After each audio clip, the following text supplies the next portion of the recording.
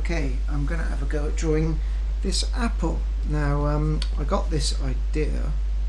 Well, you don't need to get an idea for drawing an apple, but I've seen this on Pinterest. This is the picture on Pinterest. What I like about that is on there it says, 44 photos, people have tried this pin, and they've actually had a go at drawing an apple and uploaded it themselves. So I'm going to have a go at it. Of course, the ideal thing to do is go and get an apple, and especially if you've got pencil colours, have a go at it in colour. I'm going to draw this in pen, and I like this little picture. It's got a little leaf on it, so I'm going to have a go at drawing that myself. The good thing about drawing an apple is you draw a sphere, but if the sphere isn't correct, it's not the end of the world, because apples aren't complete spheres. So there I've cut in a little bit instead of coming out, so that won't matter. So that's going to be the stalk, and then I'm going to have a leaf coming off there. What I'll do is just put one stem off there, and then come in with one oval, come in with the other. So that's going to be the leaf. I've drawn that quite light, and I'm going to go in with a pen now. And what I'm going to do is some cross hatching. And what I'm going to do is get the idea that the apple is spherical by drawing round in curves like this. So my cross hatching, I'm going to try to suggest that the apple itself is round. So you can see that I'm following the shape of the apple. Now get the stalk in there. Now the first time I drew it, I just went like that and drew a straight line, but it could be wiggly because it's a bit of nature. And that's my stalk coming off.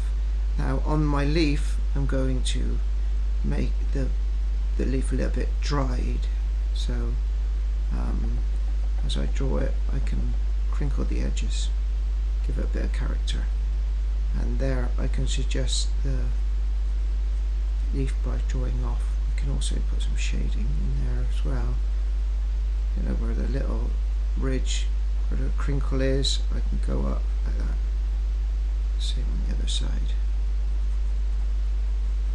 In fact, I think on the apple that I looked at, it's quite dark, so I've gone in there. Now that leaf is going to create a shadow. So there's the shadow of the stem coming off, and then here is going to be the shadow of the leaf.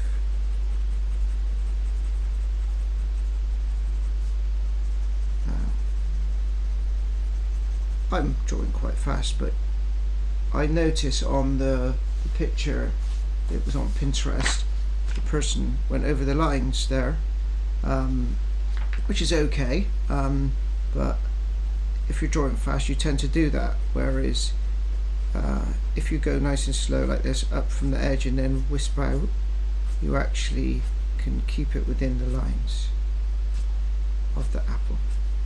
Now let's suggest that by putting that over the top, and from there where there's a little indentation on the apple, as you can see, I'm going to on this one there's actual lines in the apple as the apple is expanded, so so I'm going to, it's going to be a little bit darker in there because it's going in a little bit, it's going to cast a little bit of a shadow. So now if the lights come in there and cast a shadow there, that means there's going to be a shadow coming off the apple on the other side. So I'm going to come off. Now the bit between the apple touching the surface and the shadow coming off can become quite blurred, in the fact that you don't even see where the apple and the surface goes, because it can get quite dark there. But one thing that I notice here, the lights coming in the morning, so the shadow there is quite heavy, and then it lightens as it goes out. So I'm going to use that same sort of technique. So as it comes out, I'm going to space. So I'm going to have the lines closer together, then as it comes out, space the lines out, and that's how I can fade my shadow out.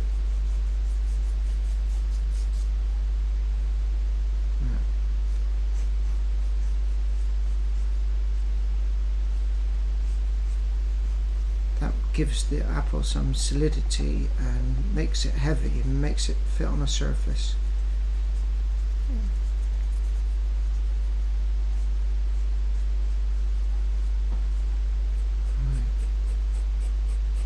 Notice I'm using the curve of my hand. What I really want to do is do this, so I'm going to do it. I'll turn my apple upside down. Because the curve of my hand goes like that, I can actually suggest the shape of the apple, drawing it upside down and using the sweep of my hand. If you're left-handed, it would go the other way.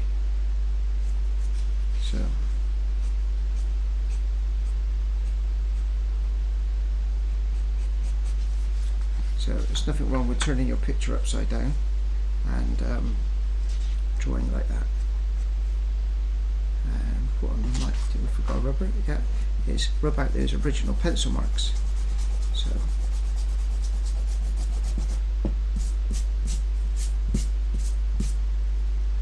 and of course here I can go in as heavy as I like. So and there I might suggest the height of the apple as well. Again, I could rotate my picture. So that curve goes round like that because it's imitating that curve. In the middle it would be straight, and on this side it would imitate the curve on the other side. So that curve goes there and then gets less of a curve as it goes to the middle, and then starts curving the other way to imitate this side here. Right. Now we've got a little handy thing I like to do on my pictures to make it look like it's sat on a surface. I like to put a little line behind like that. So and there I can use a ruler as well to actually create some lines.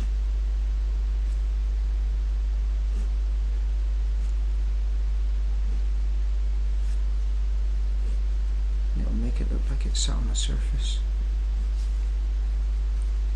And there we go. I don't know how long that took, but that wasn't very long to actually get that apple down there. And that's just drawn with a black pen. You could use a fine liner.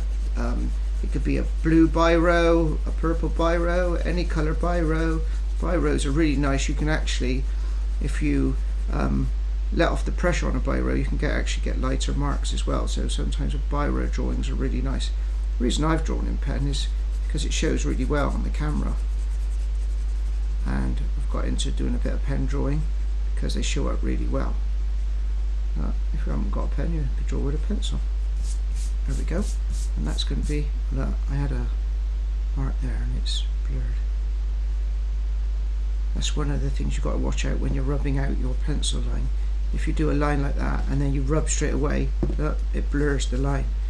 You might just leave it for like, you know, a few seconds before you rub out. Anyway, there's an apple. Thank you.